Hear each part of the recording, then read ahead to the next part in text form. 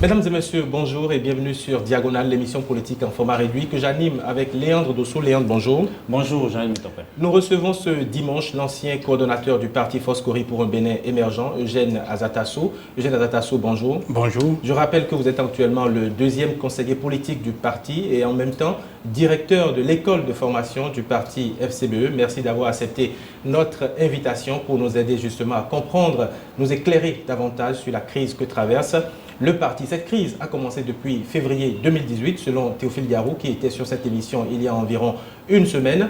Vous aviez choisi à l'époque de démissionner quand on vous a retiré votre poste de coordonnateur. Pourquoi n'avez-vous pas digéré, Eugène Azatasso, la transformation de l'Alliance FCBE en parti politique? Voilà, merci. Avant de répondre à votre préoccupation, je voudrais faire une petite remarque.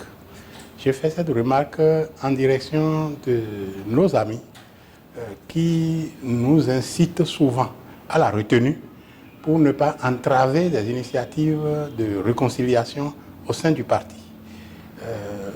Ils remarqueront, ceux qui sont de bonne foi parmi ces amis, remarqueront que nous avons obéi à cela.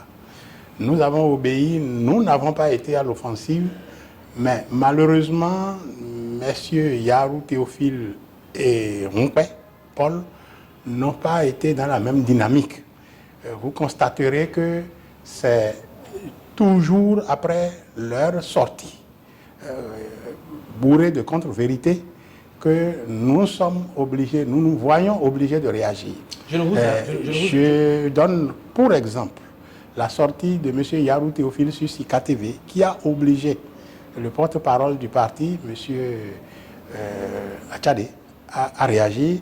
Je donne par exemple le communiqué qu'ils ont fait, signé par M. Paul Rompé, et qui dit que FCBE n'était plus de la résistance et qu'il ne fallait pas que les militants participent, et qu'il invitait les autorités à prendre leurs dispositions.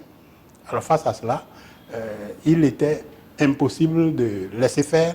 On ne peut que réagir, et c'est pour ça que M. Achade a réagi au meeting de parcours de la résistance pour indiquer qu'il n'était pas qualifié et que ce sont des usurpateurs. C'est donc après leur sortie que nous sommes obligés de réagir. Aujourd'hui maintenant, c'est après un certain nombre de contre-vérités dites par M. Yarou sur votre émission Diagonale que je suis obligé d'intervenir. Pourquoi? Parce que pour la réconciliation et pour nous mettre ensemble, ça ne peut être que sur la vérité. Ça ne peut pas être en couvrant du faux. Or, nos camarades tissent du faux sur toute la ligne. Je vais utiliser un mot qu'a utilisé M. Yarou la dernière fois. Il a utilisé le mot mensonge. Vous vous rappelez, il a dit la résistance de mensonge. La résistance de mensonge et de méchanceté. Je vais utiliser le mot mensonge. Votre question me permet de répondre, de dire que il s'agit là d'un mensonge, un mensonge numéro 1. Il y en aura d'autres tout le long de l'émission. Dire que j'ai posé des problèmes au niveau du parti au moment du congrès de février 2018 et que j'ai menacé de démissionner, c'est du mensonge. Je n'ai pas menacé de quitter le parti.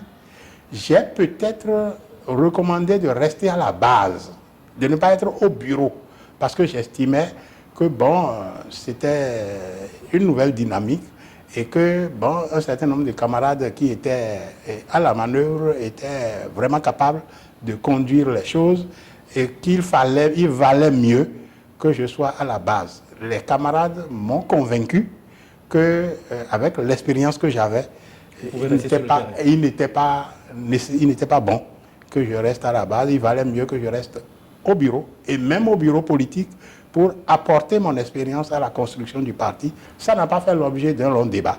Ça n'a pas fait l'objet de débat même du tout. J'ai accepté immédiatement.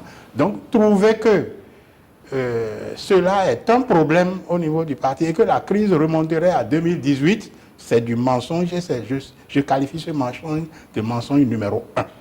Voilà. Alors, vous disiez tantôt que Théophile Yarou et Paul Rompé allaient tout le temps au-devant de l'actualité et se prononçaient pratiquement sur toutes les questions, mais c'est eux qui disent par contre le contraire. La dernière intervention de Théophile Yarou, il y a une semaine sur cette émission, il ne s'était plus prononcé depuis sa participation, la participation du parti FCBE au dialogue politique. Ça faisait un peu plus de 2 mois. Et par contre, c'est vous qui étiez tout le temps sur le terrain, aux côtés de la résistance. Théophile Yarou a dit sur cette émission qu'il y avait une décision du bureau politique, sinon des instances du parti, qui demandait au FCBE de quitter la résistance. Je vous ai dit tout à l'heure que les sorties qui ont été faites par nous autres pour préciser ces choses-là, c'était après leur sortie à eux. Je vous ai parlé de l'intervention du porte-parole à Tchadé Noureni sur CKTV. C'était bien après l'intervention de Théophile Yarou lui-même. Je vous ai parlé de l'intervention à la résistance. Je vous ai dit... Y avait-il une décision des FCBE mensonge, qui demandait aux membres du parti de ne plus participer aux activités de la résistance? Mensonge numéro 2. Il n'y a aucune décision du bureau politique. Surtout que, heureusement, pour que le crime ne soit pas parfait, il fait remonter la décision du bureau politique avant les élections du 28 avril. Justement. Voilà. C'est pour que le crime ne soit pas parfait. Non. Il n'y a eu aucune décision du bureau politique sortant FCBE de la résistance. Non, aucune. Je vais vous donner 2 exemples. Après, pour préparer la rencontre avec le chef de l'État de juillet, du 15 juillet 2019, je me suis retrouvé un certain nombre de fois avec Rompé Paul, au domicile du président Soglo, dans le cadre de la résistance, pour préparer. Nous avons mené des discussions ensemble, vous savez qu'à l'époque, il y avait des tiraillements au niveau de la résistance, même cette participation à la rencontre avec le chef de l'État. Donc, si M. Rompé Paul s'était retrouvé là, au cœur même de la résistance, ça veut dire que l'indiscipliné, ce n'était pas que nous. Si c'était vrai qu'il y avait une décision. Non, il n'y avait pas de décision. Le deuxième exemple, lorsque les évêques ont entrepris de faire de la médiation et ont demandé à rencontrer une délégation de la résistance, c'est bien après le 28 avril. C'est pour gérer la crise post-électorale. C'est bien après le 28 avril. Le jour-là, au sein de la délégation de la résistance, se trouvait M. Yarou Théophile. M. Yarou Théophile.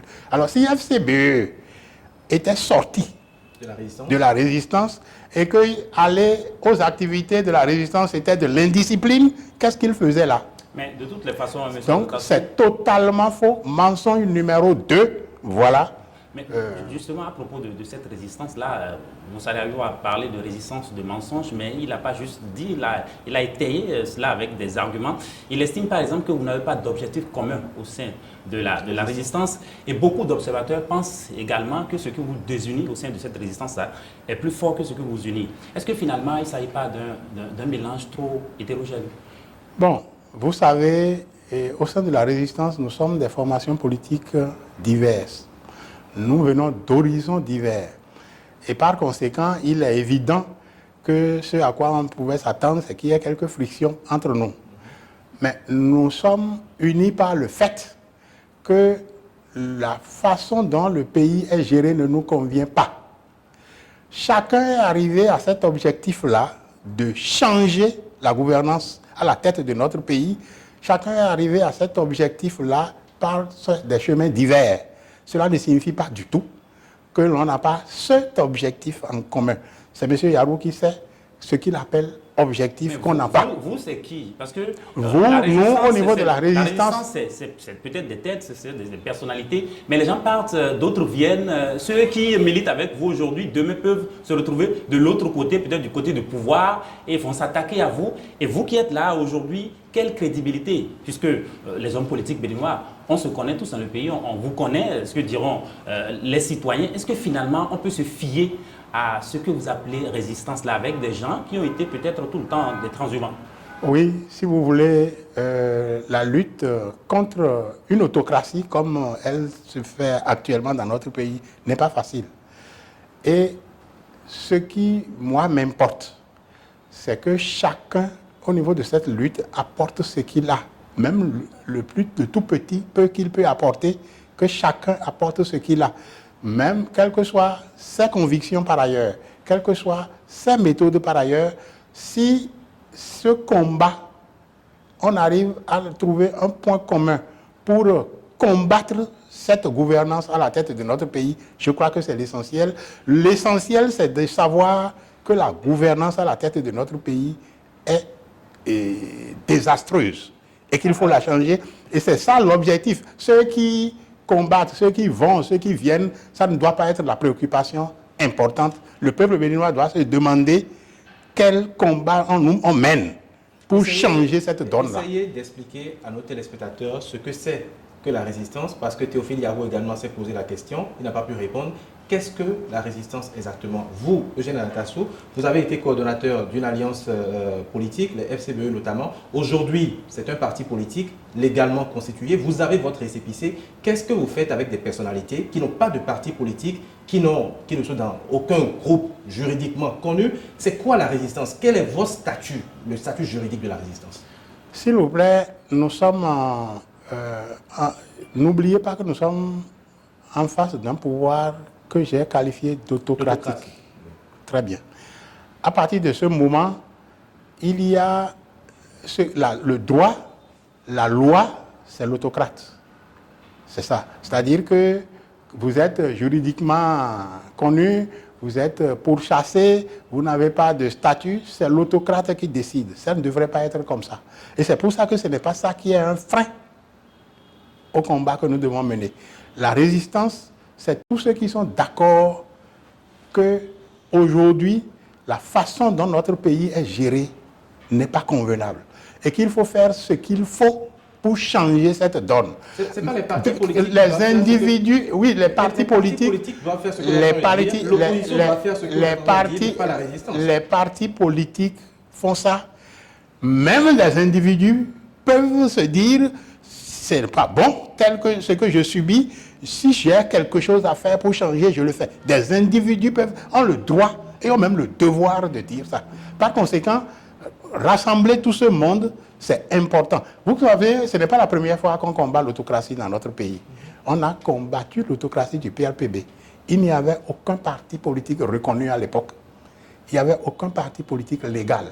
Aucun parti ne pouvait participer aux élections. Les élections, à l'époque, bon, vous êtes peut-être très jeune, mais les élections à l'époque, c'était complètement bloqué. C'était une liste unique avec le grand camarade en tête et tout ça. Il fallait voter oui ou non. Il fallait pas, on ne dérangeait pas ça. Il ne fallait pas déroger à ça.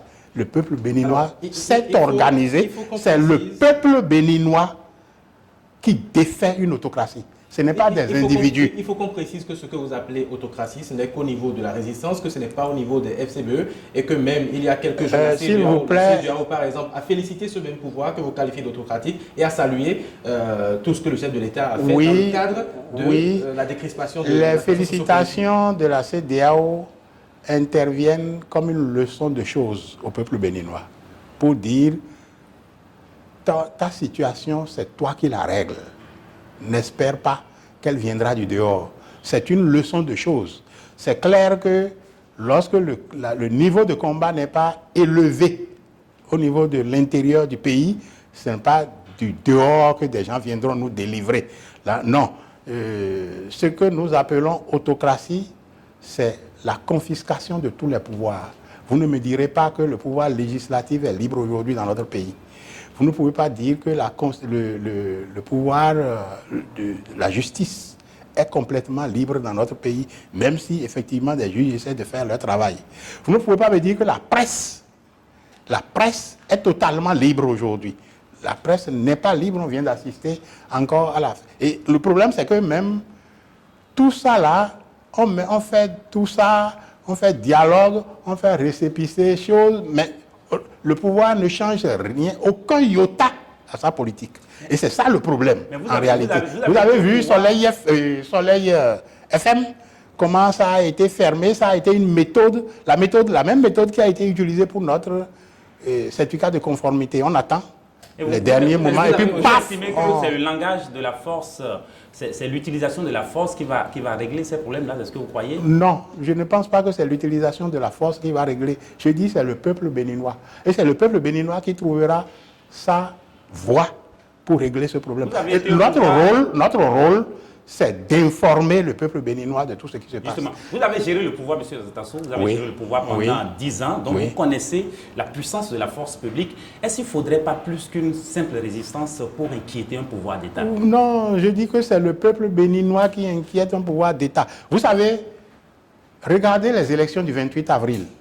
Qu'est-ce qui a posé problème à ces élections? C'est tout simplement parce que le peuple a boycotté à près de 90%.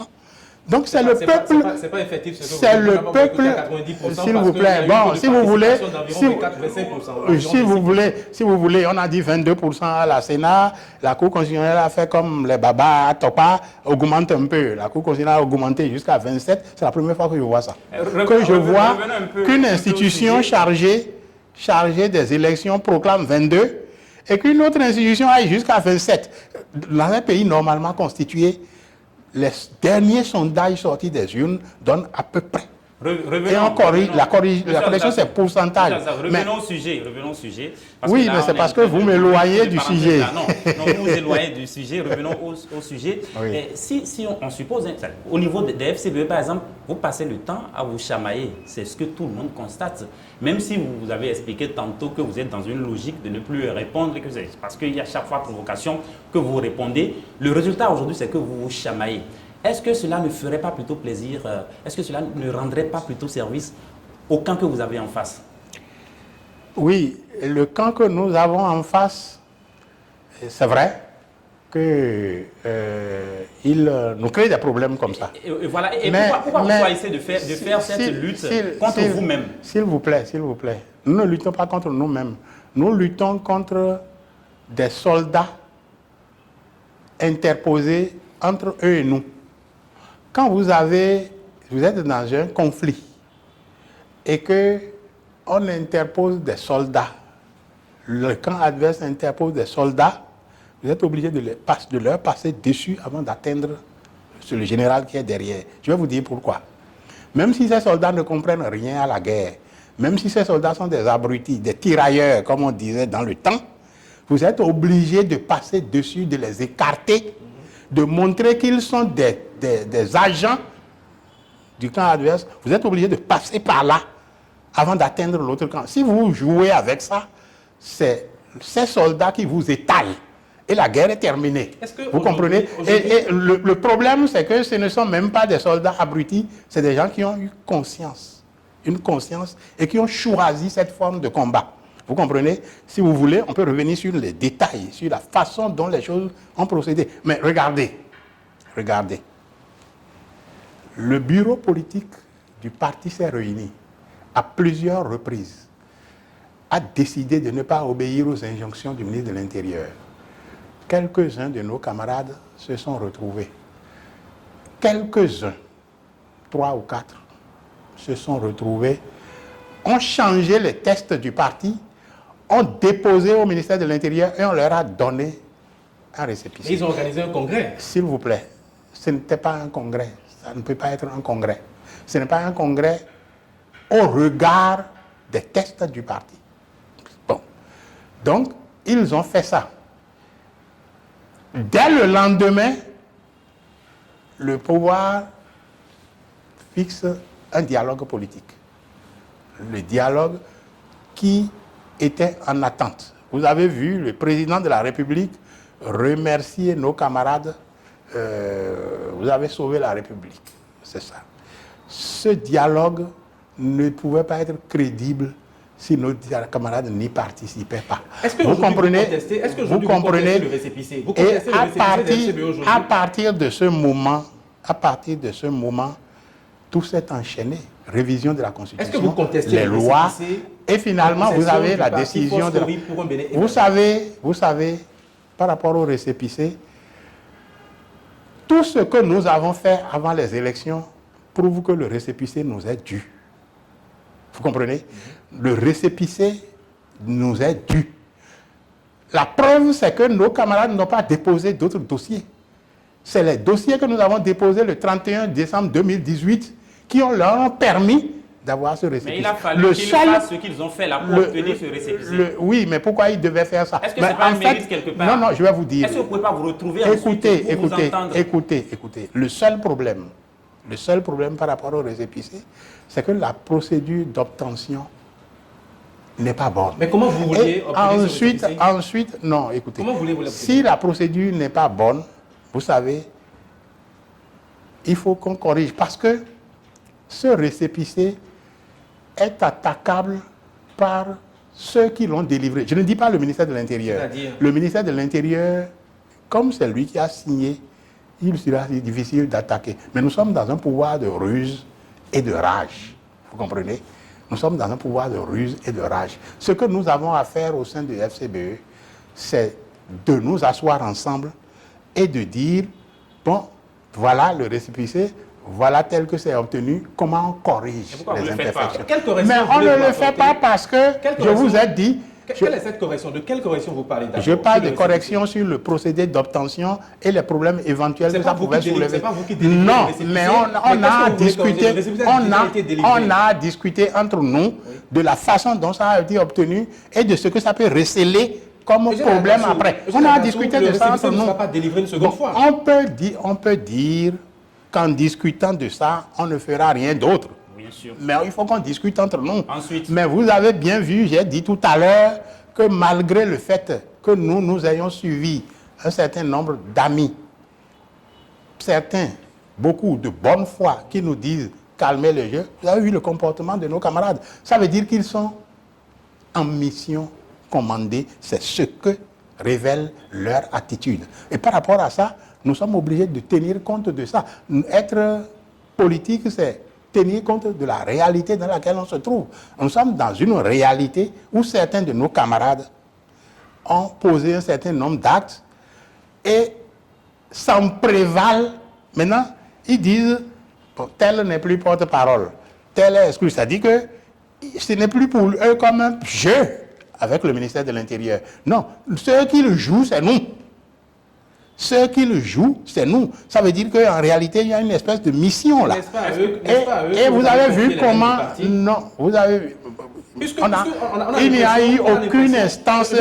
On a l'impression que vous êtes toujours dans votre rôle de coordonnateur. Alors qu'aujourd'hui, le FCBE, c'est un parti politique. Ce n'est plus une alliance de partis politiques. Donc logiquement, vous devez vous conformer aux décisions qui ont été prises par les responsables du parti, c'est-à-dire le secrétaire général, l'exécutif national adjoint et autres. Qu'est-ce qui prouve que je suis dans mon rôle de coordonnateur? Pas du tout. Il n'y a eu aucun congrès.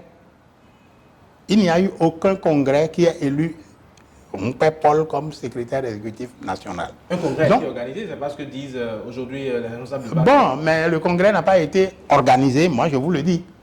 Moi je vous le dis. Et à partir de ce moment, en tant que militant du parti, je suis en droit de dire ce n'est pas bien ce que vous avez fait. Et par conséquent, si on doit s'asseoir, on s'assoit. Mais si vous continuez à vous prévaloir du faux, parce que c'est de ça qu'il s'agit, vous continuez à vous prévaloir du faux pour prendre un certain nombre de décisions et troubler le parti, ben ça signifie que finalement, vous êtes en mission commandée. C'est ce qui la situation révèle. D'accord. Oui. D'accord. Vous vous êtes déjà réunis plus d'une fois, en tout cas depuis l'obtention de ce récépissé, vous vous êtes déjà réunis plus d'une fois pour tenter de vous réconcilier. Et en dehors donc des attaques et des répliques et tout ça, qu'est-ce qui bloque aujourd'hui la réunification du parti? Qu'est-ce qui bloque aujourd'hui la réconciliation? Bon, nous nous sommes réunis un certain nombre de fois, c'est vrai. Il y a eu des médiations qui ont abouti à une réunion du bureau politique. Nous étions tous d'accord que la réunion qu'on faisait était une réunion du bureau politique. La convocation qui a été faite, là, a été faite de commun accord entre Valentin Dianotin à Gossou, Yarou Théophile et le secrétaire administratif.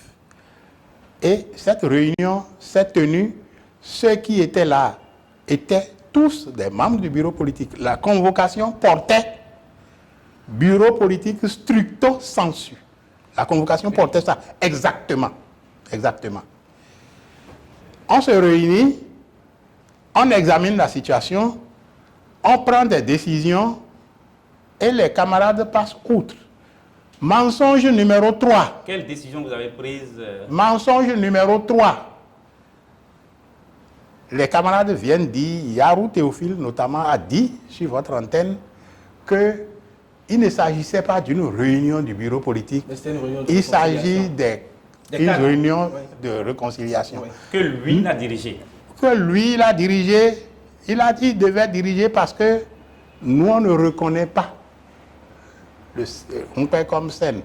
La médiation, c'est que lui qui est Sénat 1 et qui est adjoint de Dianotin peut s'entendre avec Dianotin et diriger la réunion ici. C'est ce qui s'est passé. Aucun d'eux n'a fait la mise au point à l'entame de la réunion que c'était une réunion de cadre. Aucun d'eux n'a fait cette... Non, tous étaient d'accord que c'était une réunion du bureau politique. Mais c'est quand on a fait notre discussion et qu'on a pris un certain nombre de résolutions par rapport à la crise et tout ça, et on a maintenant abordé la question du dialogue. On a dit qu'il ne fallait pas participer au dialogue à une écrasante majorité. C'est en sortant de là que, tenus par leurs engagements, ils sont allés au dialogue pour dire non, ce n'était pas une réunion du bureau politique, c'était une réunion de cadre. Alors, c'est ça le mensonge numéro 3. Quand ce n'était pas une réunion du bureau politique, à l'entame de la réunion, il devait faire la mise au point pour dire non, non, non, ici maintenant, ce n'est pas une réunion du bureau politique. On aurait décidé de continuer de participer ou de nous lever et de partir. Vous comprenez? Donc c'est un mensonge évident, mensonge numéro 3. On voit où est-ce que vous vous situez par rapport à tout ce qui est en train de se passer. Oui. Quand le secrétaire exécutif national, Valentin Dianotin, a fait écrire sur les réseaux sociaux qu'il n'était pas question que la FCBE participe aux élections parce que lui n'avait pas obtenu son quitus fiscal, quelle a été votre réaction? Mensonge numéro 4. Tout le monde a vu le communiqué sur les réseaux sociaux. Non, ce n'est pas vrai. Il n'y a eu aucun communiqué sur les réseaux sociaux où Dianotin Valentin disait que si lui, il n'avait pas son quitus fiscal, qu'il ne fallait pas déposer de liste. Il n'y a eu aucun communiqué. Mais qu'est-ce qu'il avait dit exactement alors? Non, non. Je vais vous donner la preuve que Dianotin Valentin Agossou n'était pas dans cet état d'esprit. Je vais vous dire dans quel état d'esprit était Dianotin Valentin Agossou. On a constitué nos listes pour les législatives de 2019. Nous avions nos listes. Et si ce n'était pas cette affaire de certificat de conformité, on aurait déposé nos listes. En ce qui concerne la 6e circonscription électorale, la liste a été faite par Dianotin Valentin en tandem avec nos camarades présents sur le terrain de la 6e circonscription électorale. D'accord? Il y a eu 2 listes au niveau de la 6e. Une liste comportant Dianotin Valentin Agossou et une autre liste alternative pour le cas où Dianotin n'aurait pas son quitus fiscal. Oui. Donc, mensonge numéro 4. Je suis en train d'oublier mes numéros. Oui. Mensonge numéro 4. Oui. Celui qui a fait ça, qui a proposé une liste alternative pour le cas où il n'aurait pas son quitus, ne peut pas être dans les dispositions d'esprit où, si ce n'est pas lui, on n'a pas de liste. Vous comprenez? C'est faux. Komi Kounché a fait pareil. Il y avait, au niveau de sa circonscription électorale, une liste alternative pour le cas où il n'aurait pas son quitus fiscal. Donc, c'est faux. Très bien. Et pourquoi on ment autant? Pourquoi on prend autant pour cible Dianotin Valentin Agossou? Je me rappelle que sur votre émission, M. Yarou a dit qu'il n'avait pas de poids politique. Qu'il n'avait pas de poids politique. Et que si c'était les questions de poids, il ne serait pas premier responsable. Mais qui aurait pu alors? C'est Yarou. Valentin Dienotin Agosso a été élu à 61, avec 61 000 voix. Oui, mais à l'époque, attention, à l'époque, au niveau de la 6e circonscription, il y avait beaucoup d'autres barons politiques qui étaient avec Valentin Dienotin à l'époque et qui aujourd'hui ne sont plus avec la FCBE. Bon, mais il a été élu avec 61 000 voix. D'accord? Yarou Théophile a été élu avec combien? Mais aujourd'hui, quand on met les deux dites-moi, il a dit, vaut Valentin Dienotin et que vaut Théophile Yarou, c'est ça le véritable problème aujourd'hui. Mais il n'y a pas eu, il n'y a pas eu, des élections communales. Non, mais s'il vous plaît, il y a eu quelle élection pour faire apprécier le poids politique? On va vers ces élections justement. On ne va pas attendre les élections pour perdre. Il y a eu quelle élection pour faire apparaître? Oui, mais le poids politique ne peut pas se décréter là maintenant. Maintenant, si ce n'est pas Valentin Agosso qui pouvait? Yarou? C'est au FCBE de répondre à cette Yarou Théophile? Moi, je comprends que Yarou Théophile remonte la crise à 2018. Il a dit moi j'étais coordonnateur et que j'ai voulu démissionner. J'ai démissionné. Mais je pense que en réalité, il visait le secrétariat exécutif national. Et ça, là, il n'a peut-être jamais pardonné au Sénat. Et ça, effectivement, je le découvre. Je le découvre malheureusement. Voilà. Et ça, effectivement, c'est un problème.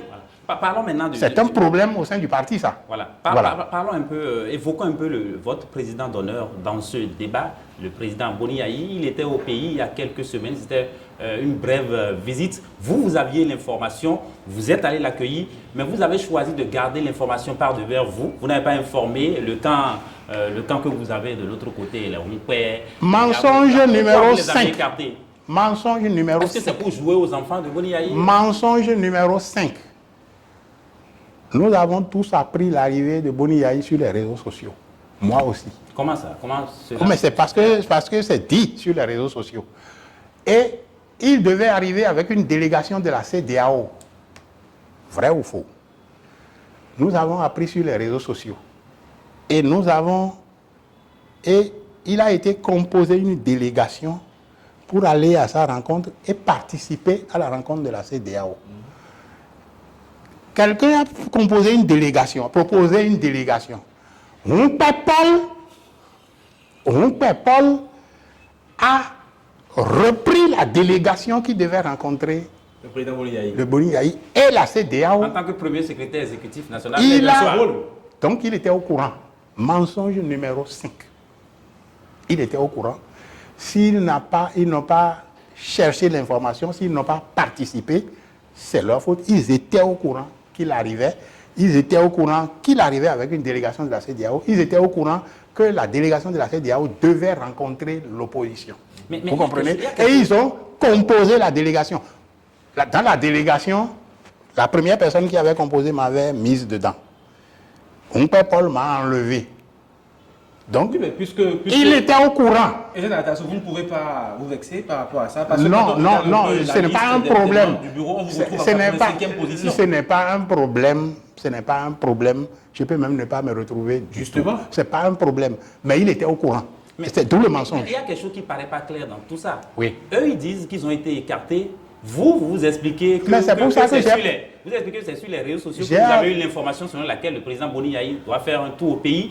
Mais quand même, pour ce que tout le monde sait, pour ce qui paraît évident, c'est que vous êtes en contact tout le temps avec votre président d'honneur. Comment cela se fait qu'après plusieurs semaines, pour ne pas dire des mois de séjour hors du pays, dans les circonstances, son départ du pays, on connaît un peu les circonstances, on rappelle un peu les circonstances, qu'il décide de faire un petit tour au pays et que vous ne soyez pas du tout au courant, qu'il n'informe personne au sein des FCBE. Non, il a dû. Est-ce qu'il n'y a pas quelque chose qui cloche? Non, il a dû informer certains au niveau des FCBE. C'est pour ça que ça s'est retrouvé sur les réseaux sociaux. Ce n'est pas lui-même qui a écrit sur les réseaux sociaux. D'accord?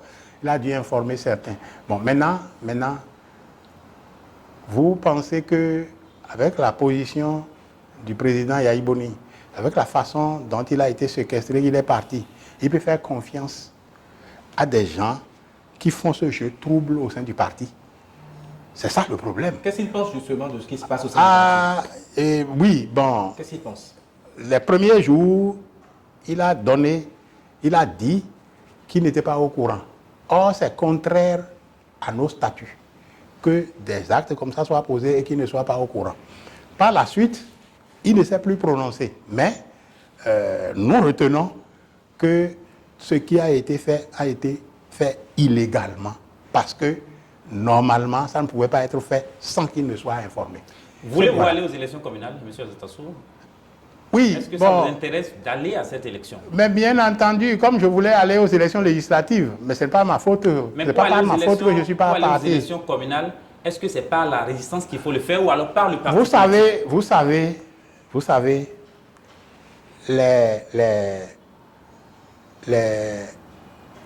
aucune formation politique ne néglige les élections et les espaces de liberté qu'on peut conquérir.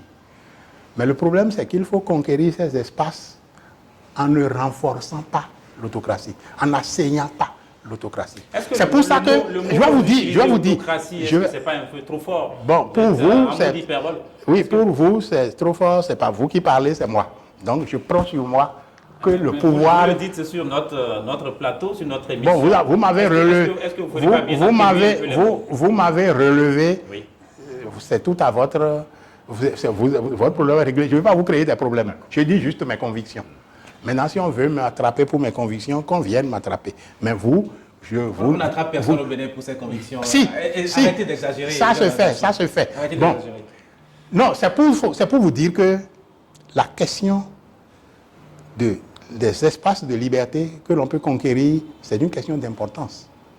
Il faut faire très attention à ne pas conquérir des espaces de liberté qui affaiblissent le combat contre l'autocratie et qui renforcent l'autocratie. C'est pour ça qu'il y a des gens qui sont en prison pour leur opinion et à qui on propose de sortir. S'il vous plaît, je vais vous dire, j'ai eu des jeunes qui ont fait ça. S'il vous plaît, j'ai eu des jeunes qui ont fait ça. Est-ce que vous parlez des délits commis sur les réseaux sociaux et tout? Bon, parce qu'il y a une loi qui réglemente tout ça. Oui, mais il y a une loi... Là, on va dire des comptes vérités. Vous savez que... Il n'y a personne au Bénin, présentement, en prison pour ses opinions. Ah, ça, c'est... Si vous pouvez nous citer des noms, c'est votre opinion, ça. Citez-nous des noms. C'est votre opinion. Citez-nous des noms. Non, s'il vous plaît. Bon. Donc, je disais qu'il y a des gens qui sont même en prison, des détenus politiques, qu'on propose de libérer avec un deal et ils refusent. Spéculation. Vous parlez de qui exactement? Non. Je parle d'un certain nombre de jeunes qui ont fait ça dans notre pays actuel, dans notre pays. Bon. Je parle aussi, par exemple, de Nelson Mandela, à qui on a fait proposer de faire des deals. Il a refusé, il est resté 27 ans en prison. C'est dire quoi? C'est dire que les espaces de liberté... Pourquoi vous n'applaudissez pas, par exemple, tous les jeunes qui ont été libérés après le dialogue politique? Mais si, j'applaudis. Pourquoi? Mais il n'y a pas non. Dites-moi. Il n'y a pas eu de deal avant qu'on les libère. Et est-ce que vous, là où vous êtes aujourd'hui, vous avez suivi ce qui s'est passé le 1er et le 2 mai à Kadiaou? Oui. Vous pensez que ces jeunes ont été arrêtés sans avoir rien fait? Ils étaient en train... Ils ont fait quoi? Qui était responsable de tout ce qui s'est passé? Ils étaient en train de manifester. Qui est responsable aujourd'hui de tout ce qui s'est passé à Kadiaou? Même si le dialogue politique a effacé tout cela. Qui est-ce qui est responsable? Oui. C'est l'autocratie, le pouvoir autocratique qui fait tirer à vue sur des manifestants. On vous a compris. C'est une manifestation. Nous sommes pratiquement à la fin de cette C'est une manifestation presque spontanée. On va vous laisser conclure. Voilà. Non, je voulais dire que nos camarades, nos militants n'ont qu'à rester sereins. Nous sommes dans la dynamique de la lutte pour la liberté et pour la démocratie. Pourquoi?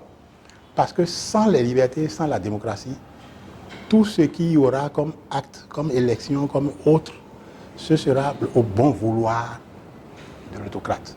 C'est lui qui fera que vous participerez s'il veut bien. C'est lui qui donnera les résultats qu'il veut que vous ayez. C'est lui qui permettra ce qu'il veut. Or, un pays de démocratie, c'est pas ça. Un pays de démocratie, c'est le pouvoir du peuple par le peuple. Ce que nous faisons au niveau de la résistance et au niveau de FCBE, c'est de tenir le peuple informé. Ce n'est pas anodin, parce que si c'était aussi anodin que ça, le pouvoir n'étoufferait pas ça. ne mobiliserait pas la police pour empêcher.